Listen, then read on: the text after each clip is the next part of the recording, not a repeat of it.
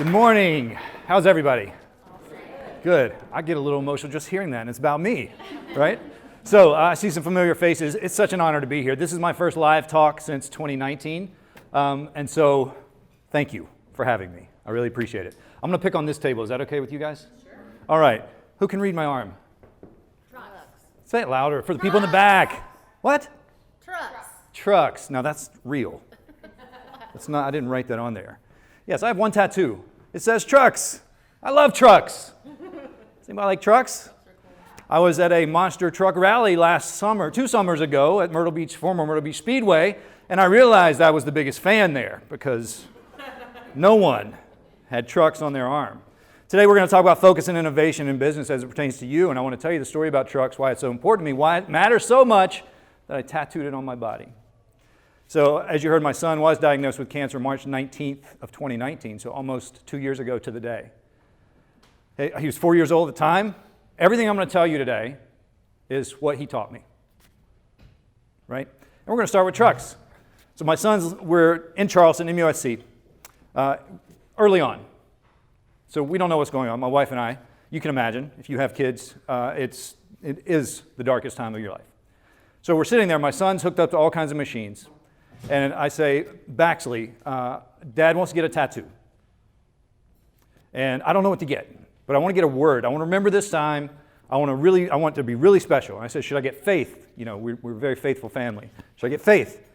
Should I get survive? Should I get believe? What should I get? Bax looks up to me and he goes, He said, get trucks, Daddy. I like trucks. So I laughed and laughed, told my wife, told my sister-in-law, and laughed. A few weeks went by and I said, focus. Shift the focus. Trucks. Got to get trucks. Right? So I got trucks. So now every time I look down at my arm, instead of remembering struggle, instead of remembering dark, instead of remembering pain, instead of remembering believe because someone's doing bad, instead of that, I remember I like trucks. Shifting focus. That's what we're talking about today. That one little shift of getting what I want would have made no sense. It would have been a lifetime of looking down and remembering pain. Now I look down and I remember joy. I remember lesson. I remember this little shift of focus that played out for the rest of the 80 weeks that we were in treatment. And that energy fed to my son. People say, how does your son do it? I say, I have no idea. We just show up and smile. You ask him what he remembers. He doesn't remember 33 days of anesthesia and 33 days of proton radiation. He doesn't remember that. 33 days. It's almost 7 weeks of living in Florida. He doesn't remember that. What does he remember? They had some really big tricycles at that place. Right? He doesn't remember 10 days of radiation in Charleston. We rented a beach condo. We wanted to change the memory, shift the focus. We wanted him to remember something different. He doesn't remember 10 days of radiation. He remembers shark's teeth on the beach in January. You heard the stats of what we've been able to do with some of the people I work with and some of the organizations. I'm really proud of that. All of that came by shifting focus. All of it. Right? I was in real estate, obviously here in Myrtle Beach, worked with some fantastic people. Fantastic people. The day my son was diagnosed, it changed everything. We were going to be living away for 4 months, so I obviously, ethically, could not serve my clients in real estate. Right? I wasn't going to be here. So it didn't make sense. I couldn't move forward with contracts. I couldn't move forward with that business. So I had to create referral partners. Then I decide, we have a mortgage, just like everybody. We have car payments. We need food. What am I going to do? Shift focus. I know a lot about real estate. Cut my teeth in New York City. I took 2 shirts to work every day because I would sweat through one of them. My boss used to say, hey, I know when you've got a deal. I know when you're making money. Could you leave on the train? You come back in a taxi. And we did. We were filling out paper in the cab. So I know that. So I said, I shift my focus. What can I do? How am I going to make money for my family? How are we going to survive? I know, I'll help other people. One of the things I'm real proud of is, you heard the stat, $75 million in sales last year with people that I work with. Almost none of that was me, right? It was all people I work with. That's not what I'm proud of. That's not what I'm proud of. What I'm proud of is my client in Columbus, Ohio, gave $25,000 to veterans and first responders. I'm proud of that. Shift your focus. What I'm proud of is the mom who did 75,000 GCI last month for her family. She'd been 20 years in the business. I'm proud of that. changed her family's trajectory. They're in Florida right now on vacation. So we have to shift our focus in business. I'm going to tell you a story now of a lady that I met, a remarkable woman. Before COVID, I was speaking down in Miami. Her name is Susan Urschler. Has anyone ever heard of Susan Urschler? I don't suspect you have. Let me tell you her story, because she taught me a very big lesson that no doubt I would not have gotten through the last 2 years of my life without. So Susan Urschler, I'll just start at the beginning if that's all right. Right? She met a guy, and he was a mountaineering tour guide, so a rock climber, tough, rugged guy. She was not. So she met a guy and fell in love, and together they climbed the 7 highest mountains in the world. Now today we just have to swipe right. She had to climb 7 mountains, right? She had to climb one of them twice.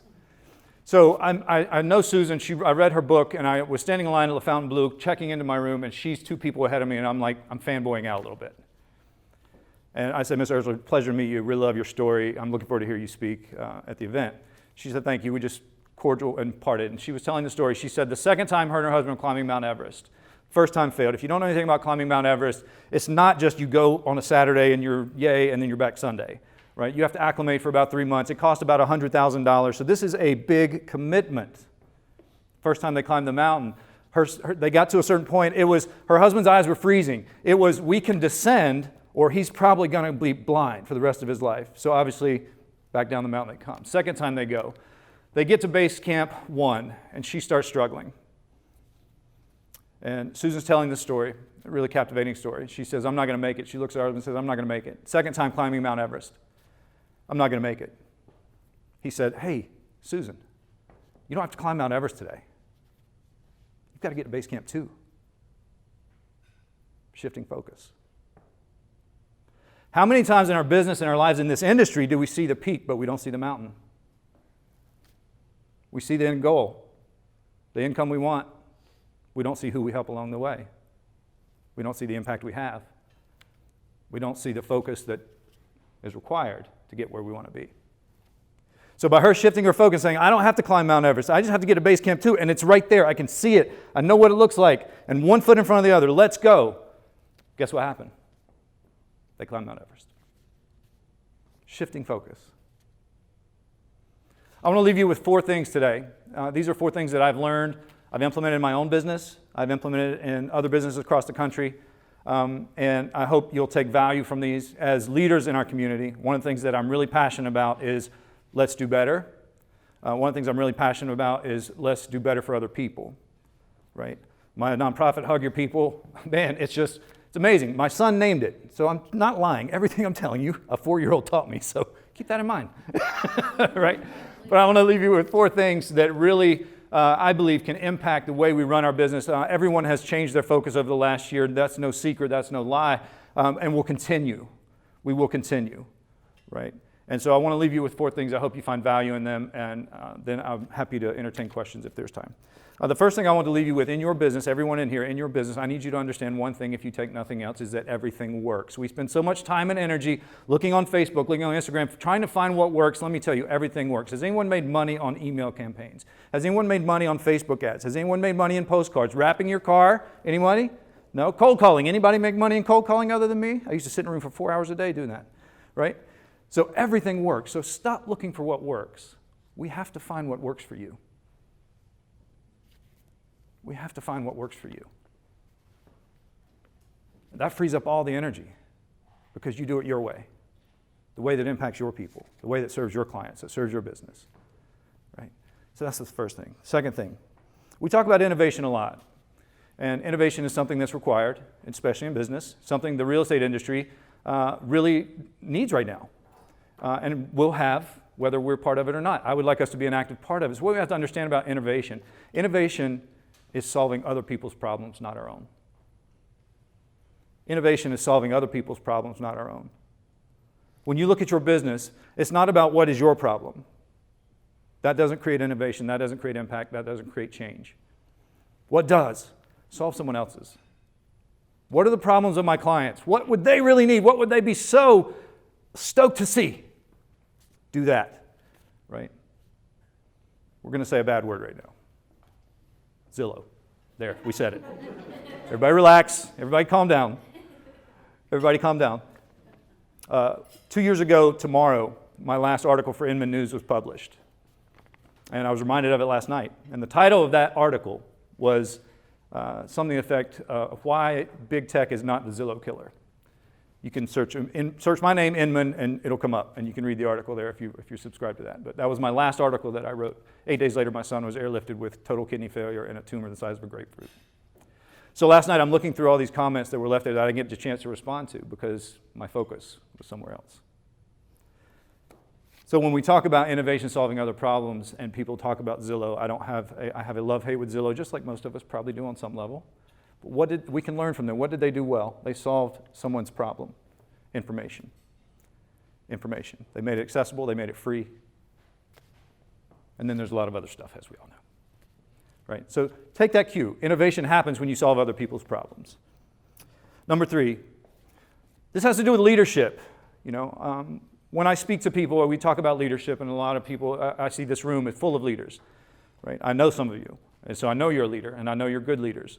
So what we want to do is say, well, how can we take leadership to the next level? Through quarantine, through the pandemic, I worked a lot with companies who were trying to figure out how to lead from home, basically. I worked with restaurants. I worked with Fortune 500 companies. I worked with small CEOs. One of my clients out of Chapel Hill, everything went home. How do we lead a team? How do we manage $18 million in sales when no one's here? Right?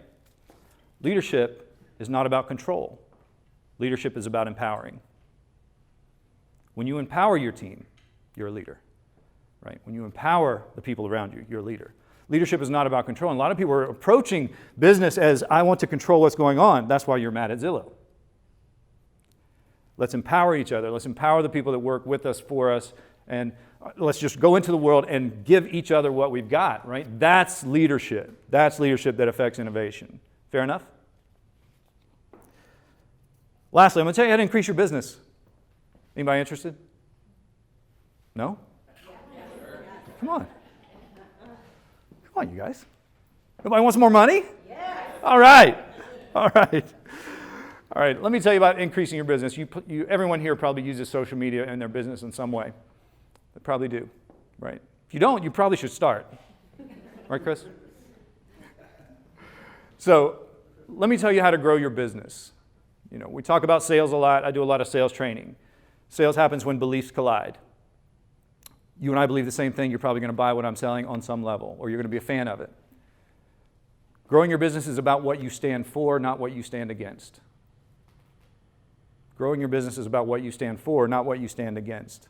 It's really easy to complain about the way things are, to complain about the way things were. It's easy to say, I want to go back to the way things were, and that would be the biggest missed opportunity you could have. We have to look at our business and say, what do we stand for as a company, as a leader, as an organization? What do we stand for? What are our principles in business? What are our core values? What are our immutable laws? We just will not bend. One of my immutable laws in business is no victims. No victims. This is not happening to you, it's happening for you. And if you seize the opportunity, innovation happens.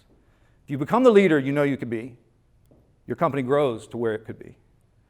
Right? So we have to really look at these things from a different perspective. My perspective shifted for obvious reasons. I stopped caring about a lot of nonsense, about likes, about follows. I stopped caring about that. What do I care about?